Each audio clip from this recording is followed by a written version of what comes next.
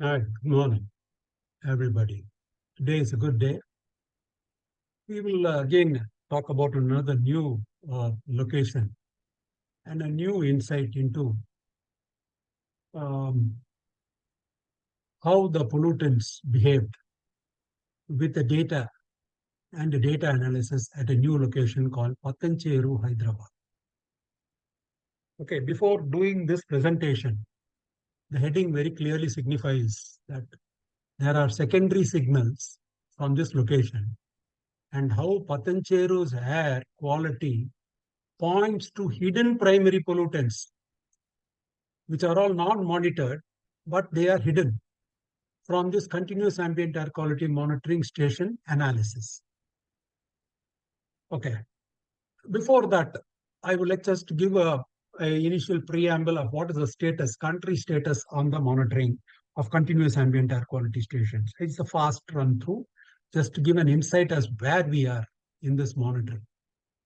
There are about 558 continuous ambient air quality monitoring stations in India, out of which, and there are 804 manual NAM stations in the country, where in which 334 cities and towns and 28 states and 6 union territories are monitored manually through this NAM station.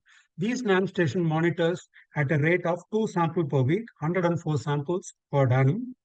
Based on this 5 years data, it is reconciled and non-attainment cities has been identified and published. There are about 131 non-attainment cities in the country. The why I am telling you this 2 week per sampling and this 104 sample is this is the data in which the country is taking the mitigation management plan or the air pollution management plan. They should look differently.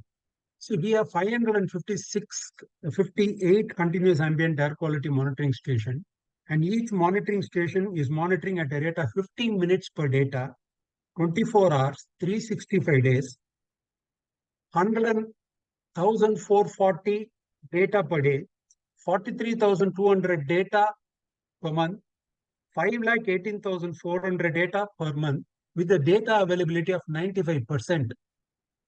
Why are we not using this beautiful data in this country and take it for air pollution management, control, prevention, education, training? There are so many things that could be done, but it is a missing gap here. So I want to highlight and also show as how you can use this data for the betterment and also understand this data as where is the pollution and what is the issues. Today, all monitorings are restricted to the national ambient air quality standards, the fixed 12 or 13 parameters, out of which is what is monitorable online only, it is monitored. Others manual, like benzopyrene and all, it has to be done manually. So those are all not monitored. So this is the situation. Okay, what is the cost on this continuous ambient air quality station? It's about 1.25 crores for an establishment and an operational maintenance cost of 3 to 5 lakhs per month. With this much of cost and investment in the country, we are just minimally using it for publishing air quality index. That's all. Nothing more than that.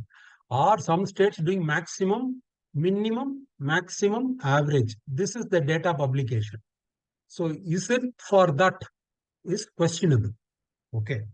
Now, before telling this, I will also add upon one. These 558 continuous monitoring stations are all monitored by India, CPCB, SPCB, and organizations, all governmental organizations who have a bent towards pollution control management.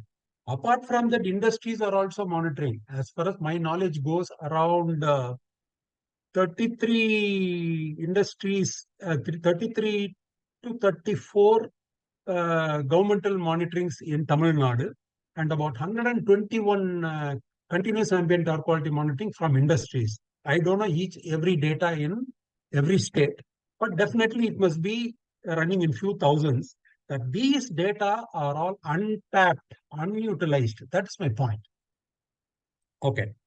Now coming to the main issue, why we do this? What is the issue?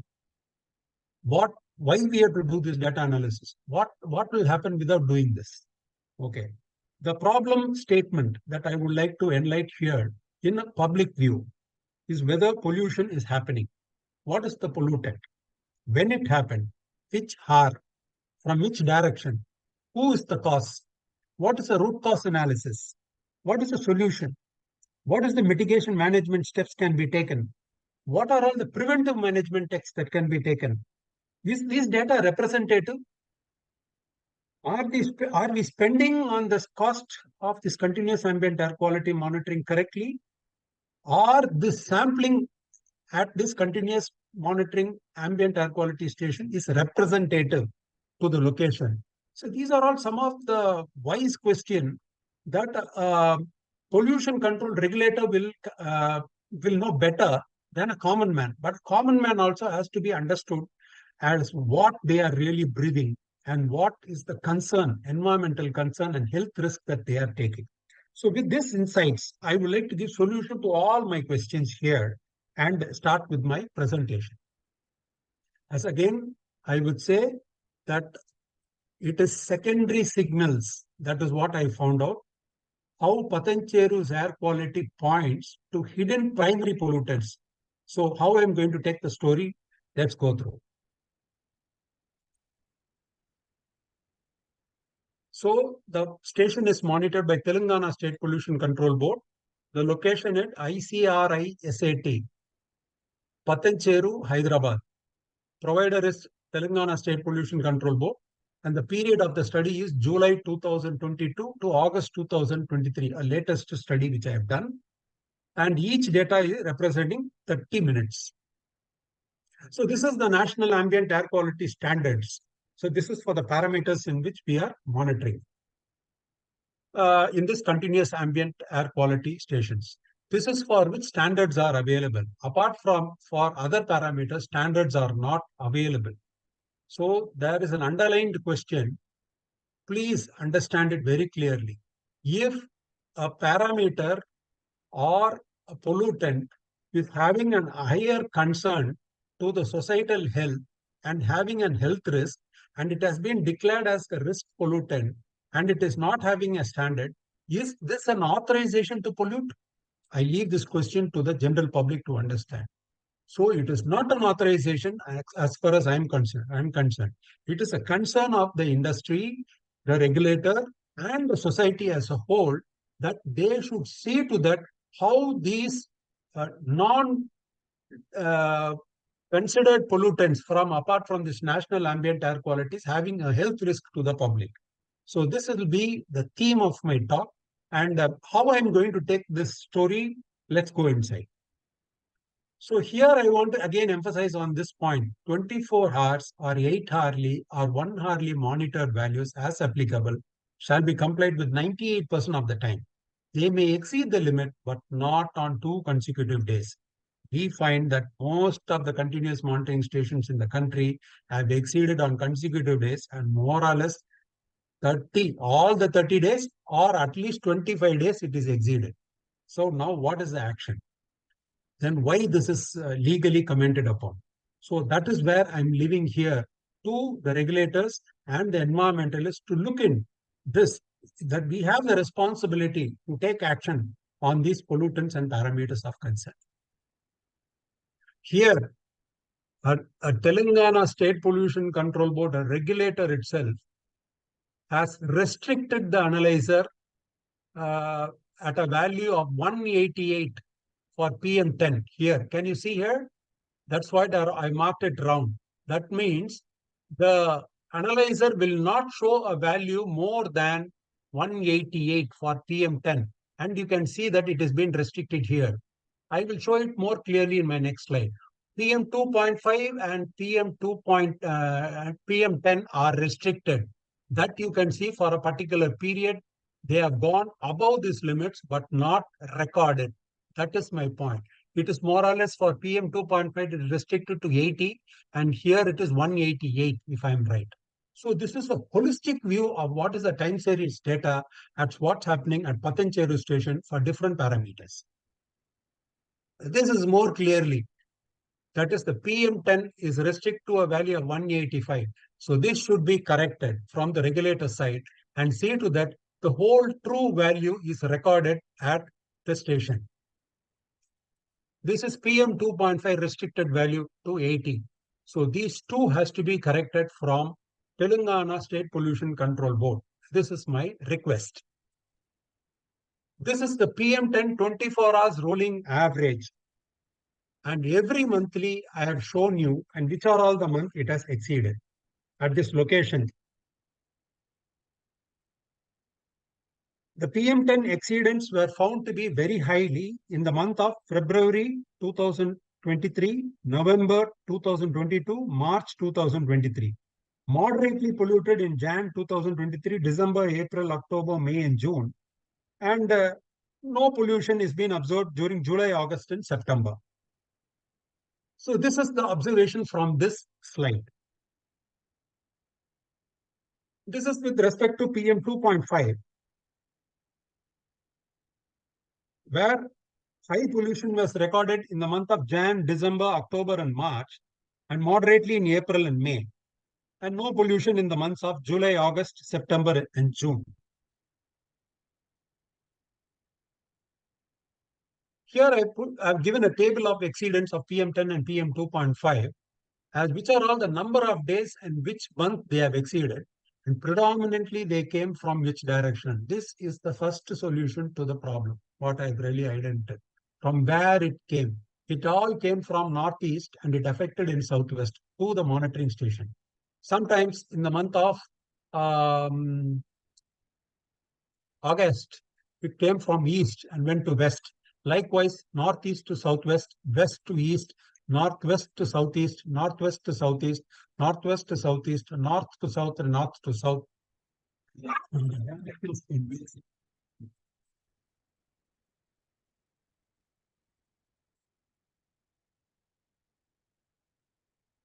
Predominantly, the wind got carried these pollutants to the affected area.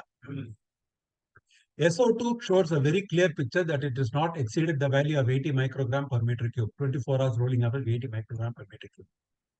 NO2 also confines the standards of 24 hours rolling average of 80 microgram per meter cube, while CO exceeds the 1 hour rolling average of 4 milligram per meter cube.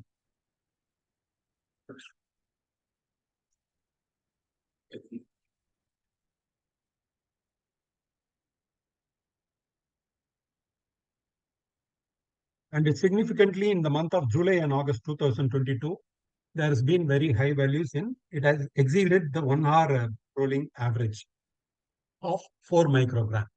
It has also exceeded the 8-hour rolling average in the month of July.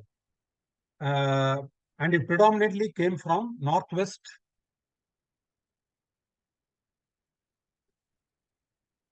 Okay.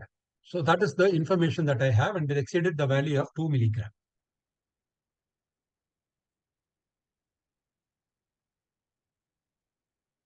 This is the 1 hour rolling average of ozone. It all shows it confines to the standard of 180 microgram per meter cube. This is something very, very hidden secret. I will take you to the story later. But this is the very vital parameter. Ozone is not generated from any industry. It is formed in the environment in the presence of sunlight, NO, NO2, and volatiles. This is the information that I have given here. And due to photochemical reaction, this much of ozone is being prevailing in the environment at Patancheru. It has crossed the 8-hour rolling average of ozone of 100 microgram per meter cube, and it has crossed in so many days. In the month of November, Jan, February, March, it has exceeded the standards. This is the windrows exactly previously, which I have showed you as cardinal directions. Here I am showing from prevailingly every month from which direction the wind blew as a slide. This is the PM10 pollution rows. The pollution rows shows very clearly that the pollution came from which direction every month, and which direction got affected every month. So if you take a time and look into each and every month, it shows that it all came from south, southeast, southwest, sometimes from the north, etc., etc.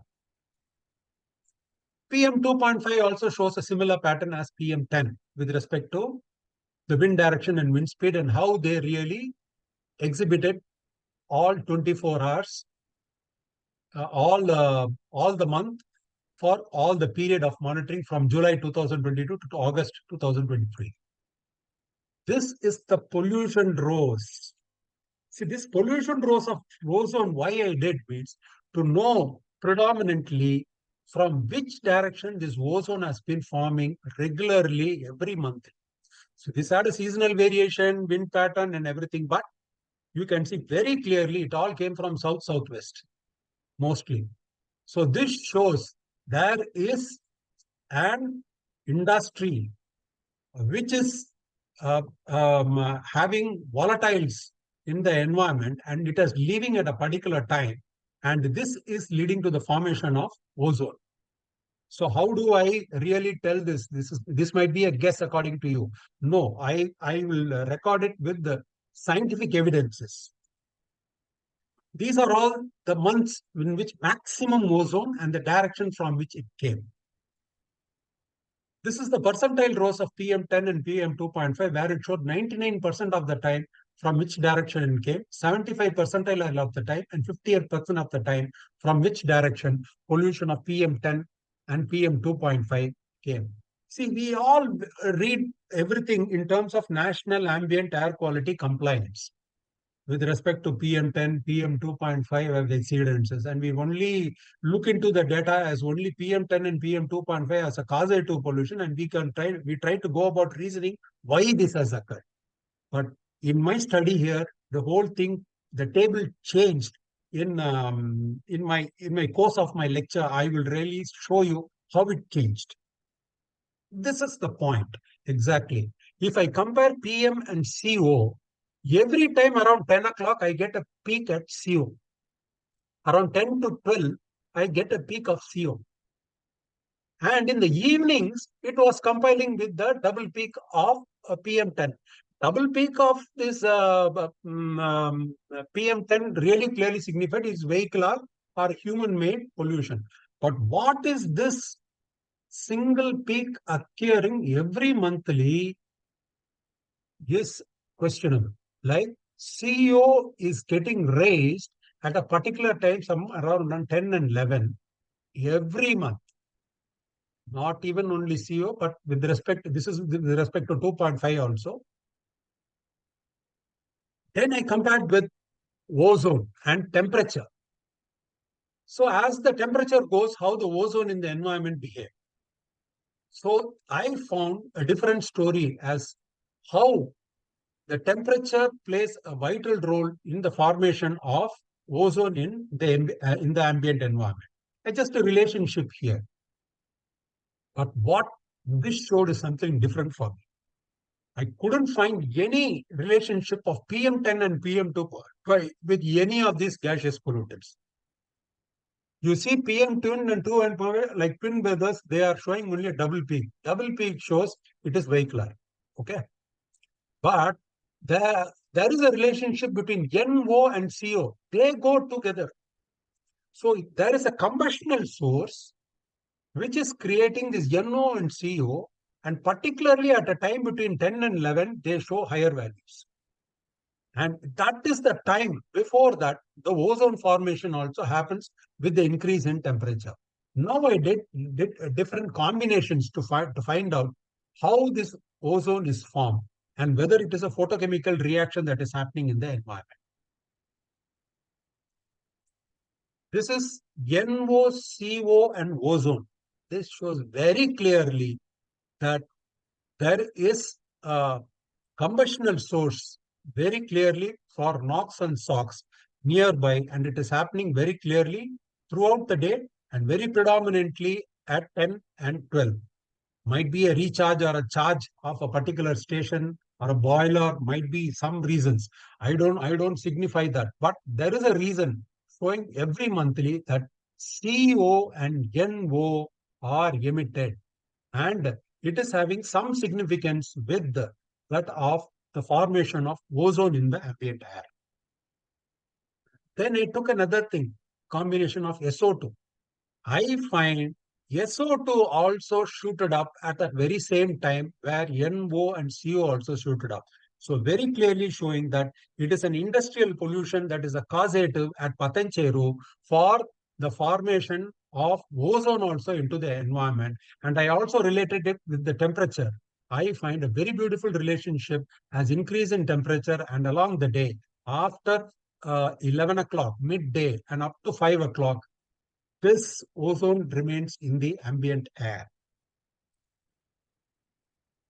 This is SO2 with relationship with PM10 and PM2.5. There is the relationship of emission of PM10 and PM2.5 with respect to SO2. So it is very clearly showing that industrial emission, combustion of fossil fuel is the cause for pollution of PM10 and PM2.5 in the evening hours at Patancheru than in the morning hours. There is an attribute of vehicular also, but there is a clearly an attribute of an industrial emission, which is the causative for SO2 fossil fuel into the environment and also PM10 and PM2.5.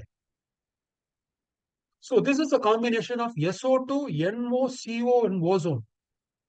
And I see that NO decreases.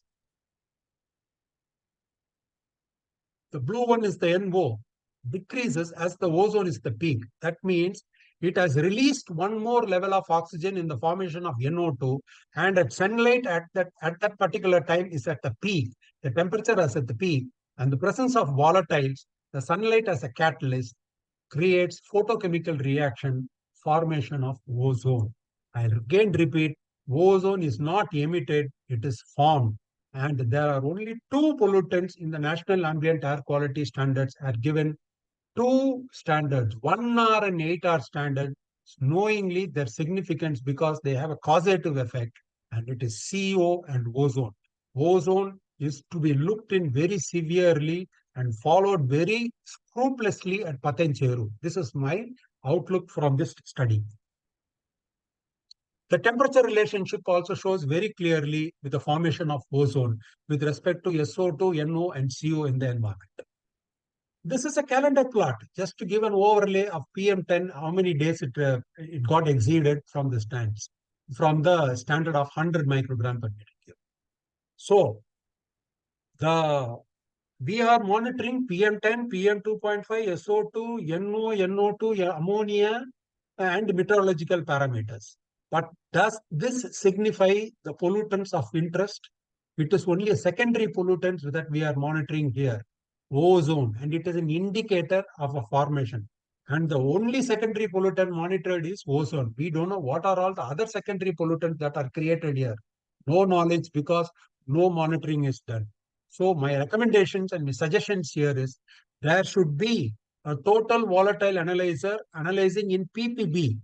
I have also observed it during my services. As I am a regulator retired, I have also seen that people doing volatile analyzers monitoring in ppm and saying the value as 0.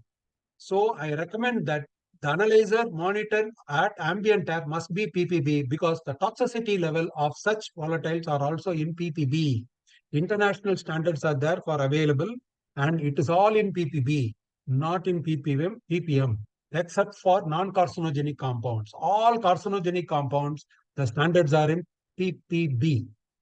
And analyzers like total organic carbon analyzers, total reduced sulfur analyzers, methane and non-methane analyzers should be monitored in this location at Patancheru.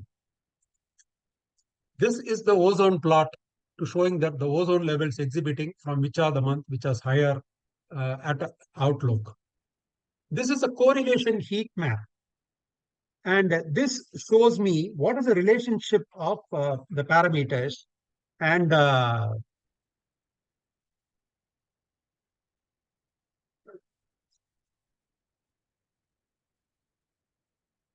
how they really relate. Exactly. Yes. PM10, PM2.5, you have shown it's showing a very good correlation of 0.91. PM10 and NO2 0.72. PM2.5 and NO2 0.714. Moderately with ozone and temperature of 0.297, and ozone and PM 2.5 0.20, and NO and CO 0.135, PM10 and SO2 0.466. So this shows a very clear relationship that industrial emission has happened, SO2 has been emitted, NO has been emitted, and NO2 with the temperature uh, uh, has led to the formation of ozone in the ambient air. This is the correlation heat map for your study. So you can also compare the values for an information. Okay. I thank you for your patience hearing. And also, I want to tinkle the younger minds and thoughts. You see that we are simply monitoring the only national ambient air quality standards, and there are other parameters untouched because there are no standards. And if there is no standard, is this an authorization to pollute? With this question, I thank everybody for patient listening. Thank you. Awaiting your comments and reactions. Thank you, please.